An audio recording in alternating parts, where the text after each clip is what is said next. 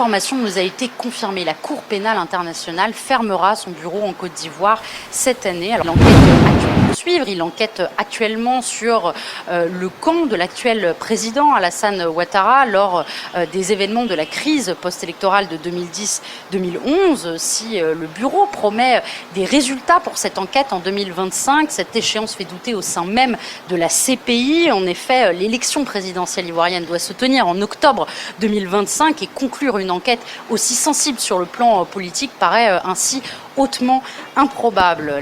C'est lui qui a fait des Ouattara candidats. Et puis on est arrivé là où on est arrivé là. Le problème qu'il a créé là, il n'a qu'à le résoudre. C'est pour ça qu'on l'a mis en mission.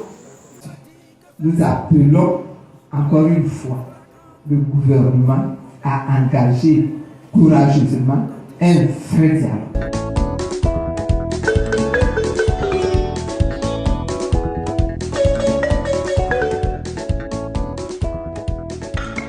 Bompé, tcha tcha tcha.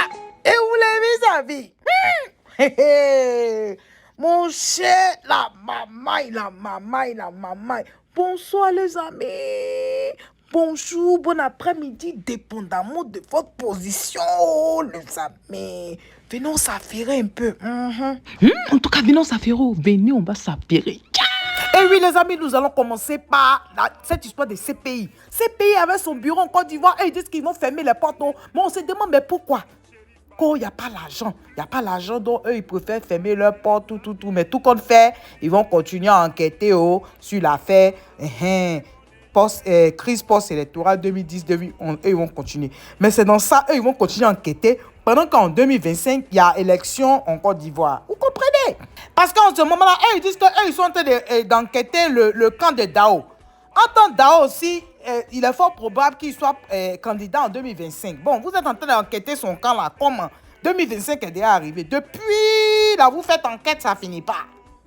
Jusqu'à vous allez fermer vos portes. Donc, les amis, vous allez écouter, voilà, reportage de France 24 sur cette histoire-là. Bon, bref. Mais le deuxième sujet, c'est Blaise Las, non? Il est allé à Dabou pour parler, voilà, comment on appelle, aux partisans du président Laurent Gbagbo qui sont à Dabou pour mobiliser les gens, tout. Et puis maintenant, troisième vidéo, c'est Maman Simone Evek Gbagbo qui était à Bonois encore hier, voilà, avec tous les partis politiques de l'opposition. Comme vous savez, ils essaient de se mettre ensemble pour pouvoir faire des propositions par rapport aux réformes de la CEI, aux réformes de la liste, électorale, et puis bien d'autres choses qu'ils souhaiteraient voir avant cette élection de 2025. Donc, vous allez écouter un peu, voilà, quelques bouts des vidéos là, et puis on se parle tout à l'heure, les amis. Bye bye. La Cour pénale internationale fermera son bureau en Côte d'Ivoire cette année. Alors sur le papier, cela ne devrait pas empêcher le travail du procureur de se poursuivre. Il enquête actuellement sur le camp de l'actuel président Alassane Ouattara lors des événements de la crise post-électorale de 2010-2011. Si le bureau promet des résultats pour cette enquête en 2025, cette échéance fait douter au sein même de la CPI. En effet, l'élection présidentielle ivoirienne doit se tenir en octobre 2025 et conclure une enquête aussi sensible sur le plan politique paraît ainsi hautement improbable. La fermeture du bureau d'Abidjan répond aussi à des exigences budgétaires à l'heure où la haie s'investit de manière prioritaire dans ses enquêtes à Gaza ou encore en Ukraine. C'est une décision difficile pour les associations de victimes.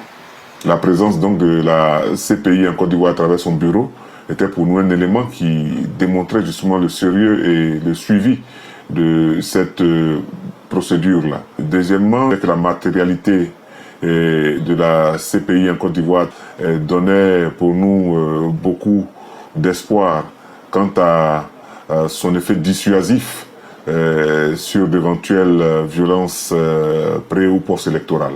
Pour rappel, une première phase de l'enquête sur la crise post-électorale de 2010-2011 avait conduit à l'incarcération de l'ancien président Laurent Gbagbo et de son ancien bras droit Charles Blé Goudé.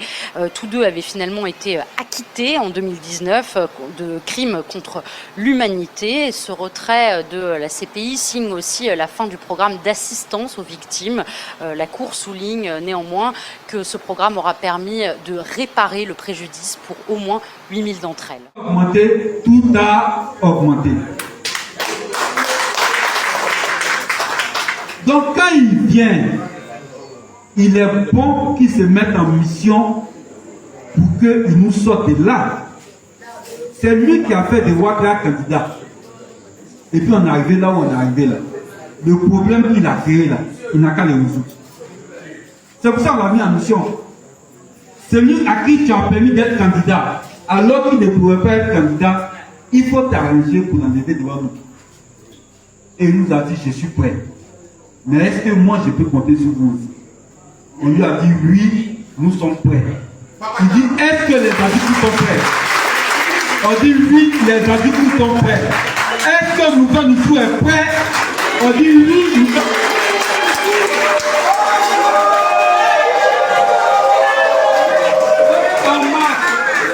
On marche, on va arriver.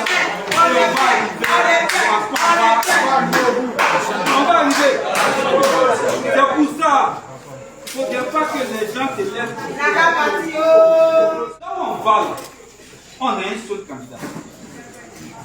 Là où on va, là, on a un seul candidat. Là où on va, là, on a un seul candidat.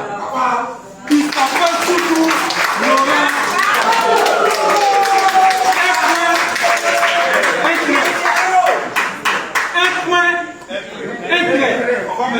On n'a pas plan B, on n'a pas plan C, on n'a pas plan D, on n'a pas plan E, on a un seul plan.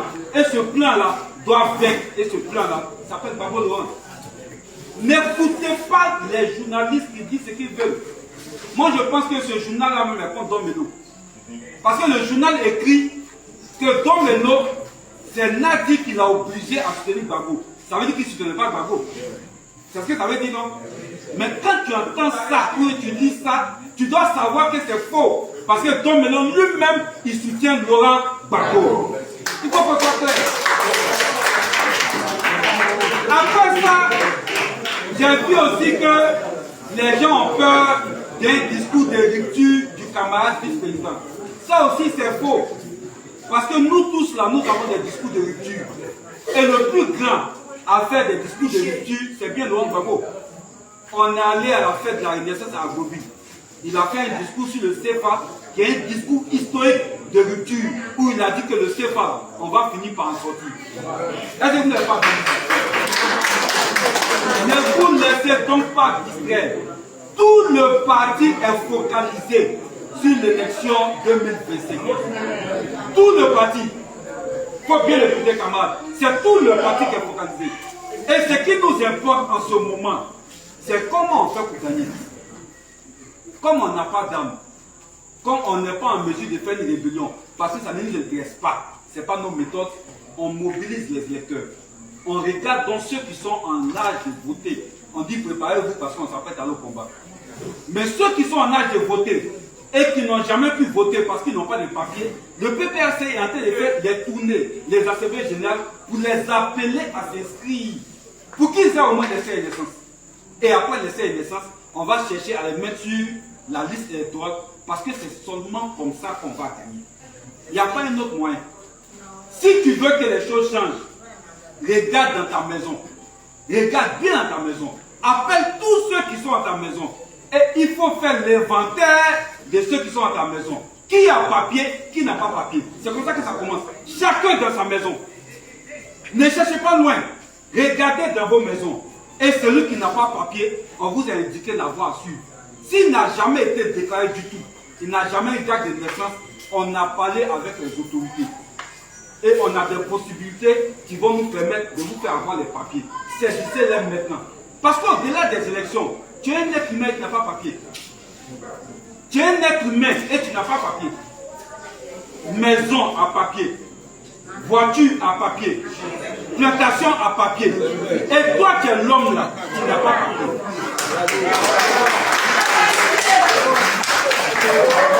C'est le seul message que nous avons à vous donner. Préparez-vous. Parce que ceux-là, on ne va plus les voir après les 2025. Ceux-là, on ne va plus les voir à partir de 2025. Ceux-là, on ne va plus les voir à partir de 2027. Il leur reste 1 mois, 2 mois, 3 mois, 4 mois, 5 mois, 6 mois, 7 mois, 8 mois, 9 mois, 10 mois, 11e mois, quand on dit 12e mois net, c'est fini. Ils sont partis. Mais ça dépend de vous. Ah, en tout cas, ça dépend de vous. Donc, inscrivez-vous massivement sur la liste électorale. Inscrivez-vous pour pouvoir voter. Inscrivez-vous, les amis. Sur ce mot, je vous laisse partager la vidéo de mon Simon de Yves Babo dans une seconde publication. Sur ce, je vous laisse. Et toi, si tu es nouveau par ici, je te dis bonne arrivée, merci d'être là. Et je dis merci beaucoup, beaucoup, beaucoup aux anciens. Et que Dieu continue de vous bénir. Les amis, on se dit à tout à l'heure, les amis. Bye bye, les amis. Bye. Mon crime, vouloir le bien de mon peuple. Mon crime, vouloir le bien de l'Afrique. Mon crime, vouloir le bien des Burnis. Vouloir le bien de tous ceux qui me sont chers. Babo, ayo. Ayo, ayo. Babo, oh, oh. Ayo. Béazin, on dans les mieux.